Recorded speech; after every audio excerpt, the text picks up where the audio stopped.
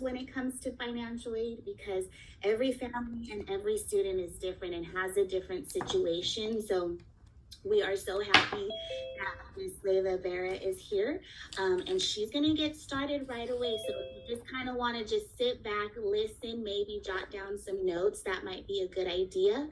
And we will have this presentation workshop again in December if you feel you want to come back and you need some more information. So before we get started, yes, Ms. Wanowski?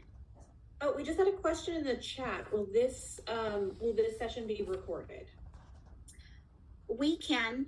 Ms. Vera, are you okay with that? Yeah, that's fine. Okay. All right. So I try to get that recorded, and you got the floor. Hello, everyone. Good morning. Good morning. Like Miss Rosales said, my name is Layla. I am a little hoarse. I'm going to try to speak as clearly as I can. If you need me to repeat anything, please feel free to ask. I'm here to support you guys. But before we get started, I kind of like to do a survey of the audience.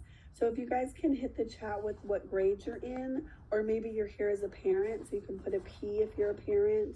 But students, if you're here, just let me know what grade you're in so I can kind of get an idea. Ooh, love it. Lots of 12th graders. Parents. Okay, perfect. That's exactly what I'm looking for, you guys. Parent of a 12th grader. Amazing. All right.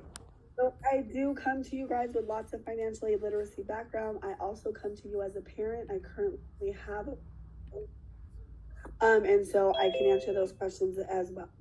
So right now, how many of us are here because we need money for college?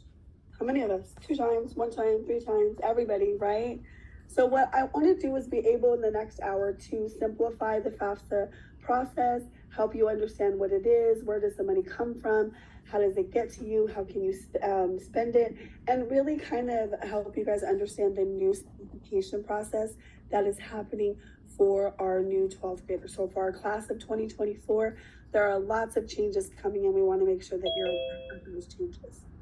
So first things first, it all starts, financial aid of any kind starts with 2 different forms. We have the FAFSA, which many of us are familiar with, the free application for federal student aid. You'll get to see the new and improved picture on the left-hand side. And those are for students who are completing the FAFSA or students who are U.S. citizens or eligible non-citizens. And then we also have the California Dream Act application, or the CADA as we call it. And that form is for students who are here undocumented for whatever reason, do not have a social security number. Maybe they're going through DACA to obtain their citizenship. Maybe they're here on temporary protective status or have a U visa. And even including students who are AB 540, meaning that they have completed at least 3 years of schooling here in California. So FAFSA includes both federal and state aid, and the California Dream Act only includes state aid. Can you guys hear me? Yes, we can. Yes. Okay, perfect. All right, you guys, for our class of 2024, there are some new things happening. Your FAFSA has been delayed, so it's going through this new revamped simplification process, which I tell students it's kind of blessing in disguise because you get to focus on your applications for college right now, and then your financial aid, you'll get to focus in December. So your application is coming out in December. What date? We're not 100% yet in terms of the date. That actual date has not been released, but we have also extended your priority deadline till April 2nd. So 12th graders, parents of 12th graders, the dates you need to remember are December of 2023, and I need to make sure that I'm submitting my application for financial aid by April 2nd, 2024. So you have a pretty big window of time to be able to do that. Typically, and what I'm anticipating is going to happen is we're going to revert back to our traditional application deadlines next year when you guys are in college. So typically it's October 1st through March 2nd. So right now as 12th graders, as seniors, you're thinking December to April, but next year when you're in college, we're going to go back to October to March, okay? And then I want to introduce you to some new terminology. So this year with the new and improved FAFSA, we as students and parents are now going to be called contributors.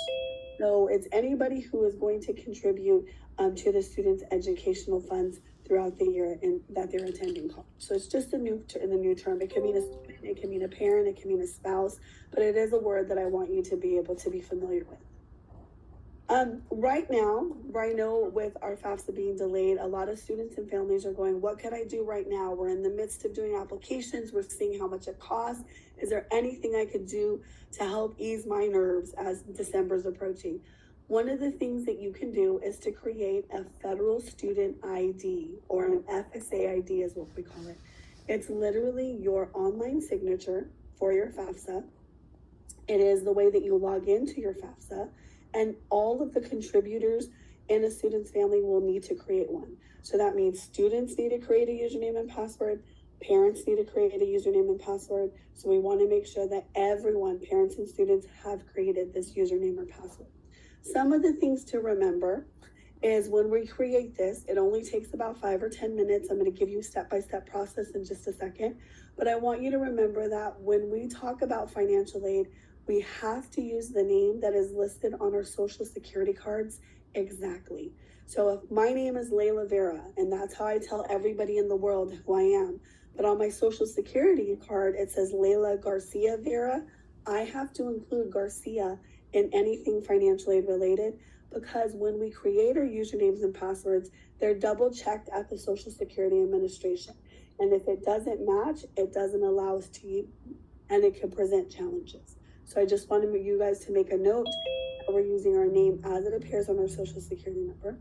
We also, as contributors, need to have our own email and our own phone number. So we can't share.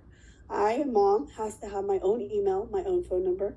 My student has to have their own email, their own phone number, in order for us to be able to create our username and password. Once you create your FSA ID, it's going to be yours forever and ever and ever. So I tell students to please write it down, put it on a sticky note with your tax information. I actually tell students to put it in their cell phones. I know it sounds crazy, but our students guard their phones with their lives, so it's probably the most protected in their cell phone.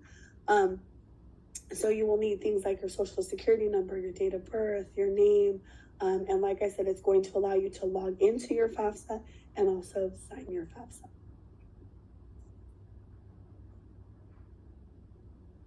No. So Haley, no, the Calgary deadline is going to be the same because you're still class of 2024, but great question.